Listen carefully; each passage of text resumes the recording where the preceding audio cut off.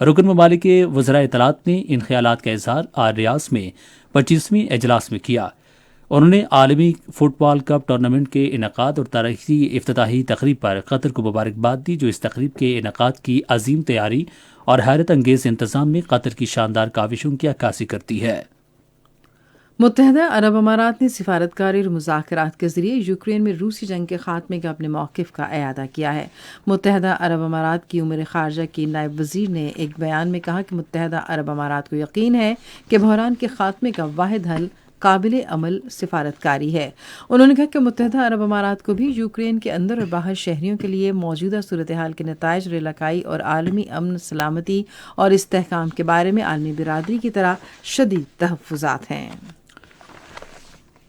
NATO روس کی جنگ کے تناظر میں یوکرین کی غیر متزلزل حمایت جاری رکھے گا۔ آج برسلز میں ایک پریس کانفرنس سے خطاب کرتے ہوئے نیٹو کے سیکرٹری جنرل جینس اسٹولٹنبرگ نے کہا کہ نیٹو آخر تک یوکرین کے شانہ بشانہ رہے گا۔ نیٹو کے سربراہ نے کہا کہ اتحاد کے رکن ملکوں نے یوکرین کے لیے اپنی امداد بڑھانے کا منصوبہ بنایا ہے۔ آپ سن رہے ہیں ریڈیو خبرنامہ۔ اب پیش ہیں کھیلوں کی خبریں۔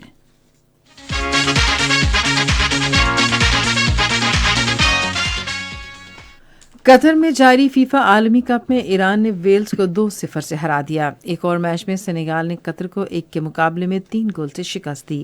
آج کے تیسرے میچ میں ہالینڈ کا مقابلہ ایکواڈور سے ہوگا۔ صدر عارف الوی نے حالیہ T20 ورلڈ کپ میں پاکستان کرکٹ ٹیم کی کارکردگی کو سراہا ہے۔ اسلام آباد میں قومی کرکٹ ٹیم کے اعزاز میں منعقدہ ایک تقریب سے خطاب کرتے ہوئے انہوں نے کہا کہ مسائل کے باوجود ٹیم نے ٹورنامنٹ کے دوران بہترین کھیل پیش کیا اور عالمی کپ کے فائنل تک پہنچی۔ صدر نے کہا کہ کرکٹ پاکستان میں مثالی طور پر مقبول کھیل ہے اور ٹیم کی اچھی کارکردگی تمام پاکستانیوں کی زندگیوں میں بہار لائی ہے۔ قائد اعظم ٹرافی چیمپئن شپ کا فائنل کل ناردرن اور سندھ کی ٹیموں کے درمیان کل صبح 10 بجے قذافی اسٹیڈیم میں کھیلا جائے گا۔ میچ رواں ماہ کی 30 تاریخ کو ختم ہوگا۔ فائنل میچ کی رواں کمنٹری ریڈیو پاکستان لاہور سے براہ راست نشر کی جائے گی۔ خیبر پختونخوا میں بین الحلقہ جاتی گیمز کے انعقاد کے لیے تیاریاں جاری ہیں۔ ڈائریکٹوریٹ جنرل آف سپورٹس کے مطابق 115 حلقہ جات میں گیمز کے ٹرائلز مکمل ہو چکے ہیں۔ ٹرائلز میں 14,000 کھلاڑیوں نے حصہ لیا، جس میں سے مین ایونٹ کے لیے 8,000 کھلاڑیوں کا انتخاب کیا گیا ہے۔ بین الحلقہ جاتی گیمز اگلے ماہ کی 1 تاریخ سے شروع ہوں گی، جو اگلے ماہ کی 3 تاریخ تک جاری رہیں گی۔ اس سے پہلے خیبر پختونخوا کے محکمہ کھیل نے گزشتہ 1 ماہ کے دوران صوبے میں انٹر یونیورسٹیز، انٹر کالجیٹ اور انٹر سکول گیمز کا انعقاد کیا۔ گلشن کرکٹ کلب نے رتہ کولاچی کرکٹ اسٹیڈیم ڈیرہ اسماعیل خان میں ہونے والی سینئر لیگ چیمپئن شپ 2022 کا فائنل جیت لیا ہے۔ چیمپئن شپ میں ضلع کی 8 بہترین ٹیموں نے شرکت کی۔ فائنل میں گلشن کرکٹ کلب کے ڈیرہ 11 کو 165 رنز کا ہدف دیا۔ جواب میں ڈیرہ 11 کی ٹیم 148 رنز بنا کر آؤٹ ہو گئی۔ اس موقع پہ ٹیموں اور کھلاڑیوں میں نقد انعامات اور ٹرافیاں تقسیم کی گئیں۔ سنوکر کے عالمی شہرت یافتہ کھلاڑی شرجیل نے آج لاؤنج سنوکر کلب میں 34ویں خیبر پختونخوا سنوکر چیمپئن شپ کے فائنل میں اپنے حریف سربلند خان کو ہرا کر ٹرافی جیت لی۔ کھیلوں کے سابق وزیر اور خیبر پختونخوا اولمپک ایسوسی ایشن کے صدر سید عاقل شاہ اس موقع پر مہمان خصوصی تھے۔ شرجیل نے چیمپئن 4-3 سے جیت لی اور اس موقع پر سید عاقل شاہ نے کہا کہ قومی چیمپئن شپ کے لیے 4 کھلاڑیوں نے کوالیفائی کیا ہے، جبکہ انڈر 17 اور انڈر 12 کے ٹرائلز میں سینکڑوں کھلاڑیوں نے حصہ لیا ہے۔ یہ تو تھی کھیلوں کی خبریں، اور اب ہم بلیٹن میں شامل کریں گے تجارتی خبریں۔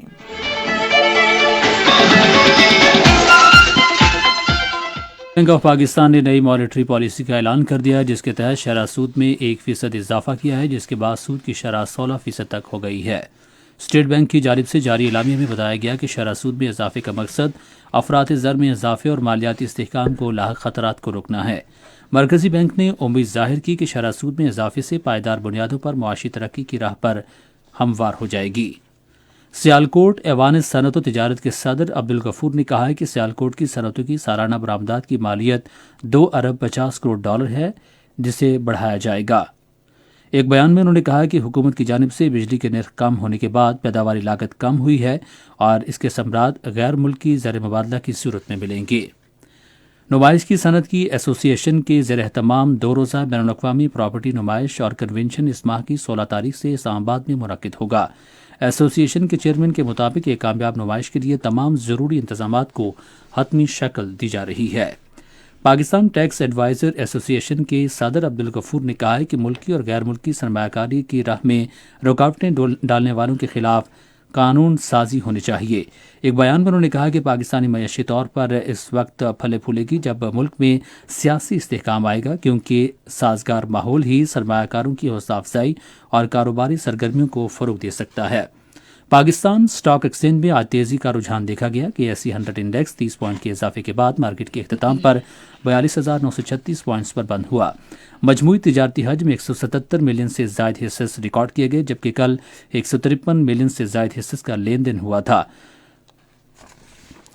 نیشنل بینک کے اعلان کے مطابق روپے اور دیگر غیر ملکی کرنسیوں کے درمیان شرح تبادلہ یہ رہی: امریکی ڈالر قیمت خرید 221 روپے 66 پیسے، قیمت فروغ 226 روپے 64 پیسے، پاؤنڈ اسٹرلنگ 268 روپے 61 پیسے 274 روپے 67 پیسے، یورو 231 روپے 47 پیسے 236 روپے 24 پیسے، سعودی ریال 58 روپے 91 پیسے اور قیمت فروخت 60 روپے 39 پیسے۔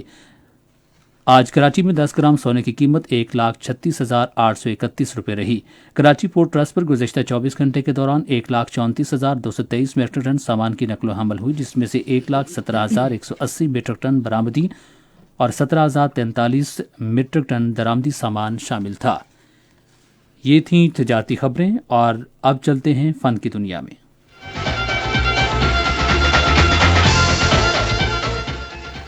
اداکار اور کامیڈین اسماعیل تارا گزشتہ روز 73 برس کی عمر میں کراچی میں انتقال کر گئے۔ صدر مملکت ڈاکٹر عارف علوی نے ان کے انتقال پر افسوس کا اظہار کیا اور اداکاری اور مزاح کے شعبے میں ان کی خدمات کو خراج تحسین پیش کرتے ہوئے ان کی مغفرت کی دعا کی اور غمزدہ خاندان سے دلی تعزیت کا اظہار کیا۔ وزیراعظم شہباز شریف نے بھی ٹی وی اور فلم کے نامور اداکار اسماعیل تارا کی وفات پر گہرے دکھ اور رنج کا اظہار کیا ہے۔ غمزدہ خاندان سے تعزیت کرتے ہوئے انہوں نے مرحوم کے لیے مغفرت کی دعا کی۔ وزیراعظم نے کہا کہ مرحوم اسماعیل تارا کا مزاحیہ اداکاری میں ایک منفرد مقام تھا اور انہوں نے اسے ملک میں فن کی شکل دینے میں اہم کردار ادا کیا۔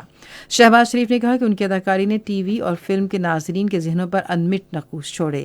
انہوں نے کہا کہ اسماعیل تارا کی بالخصوص ٹی وی پروگرام 50-50 میں اداکاری ہمیشہ یاد رکھی جائے گی۔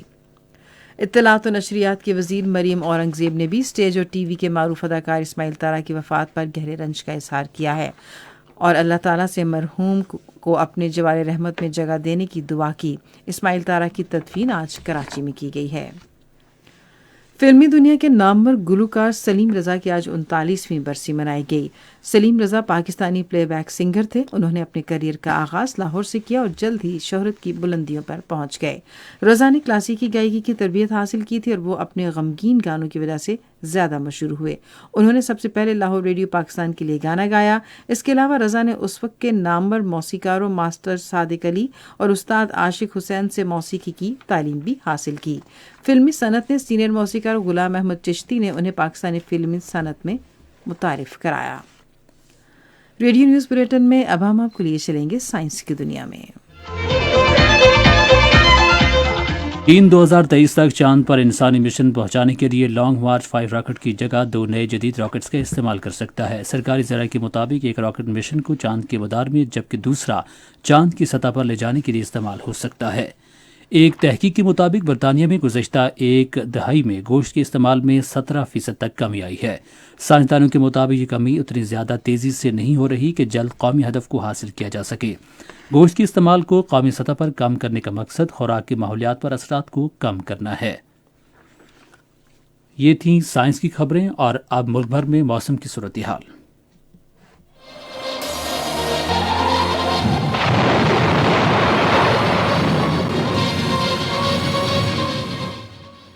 گزشتہ 24 گھنٹوں کے دوران ملک کے بیشتر علاقوں میں موسم سرد اور خشک، جبکہ شمالی علاقہ جات میں شدید سرد رہا۔ آج کم سے کم درجہ حرارت لیہ میں -9، اسکردو -8، جبکہ استور اور کلات میں -5 ڈگری سینٹی گریڈ ریکارڈ کیا گیا۔ اسلام آباد میں کم سے کم درجہ حرارت 5، لاہور 9، کراچی 16، پشاور 5،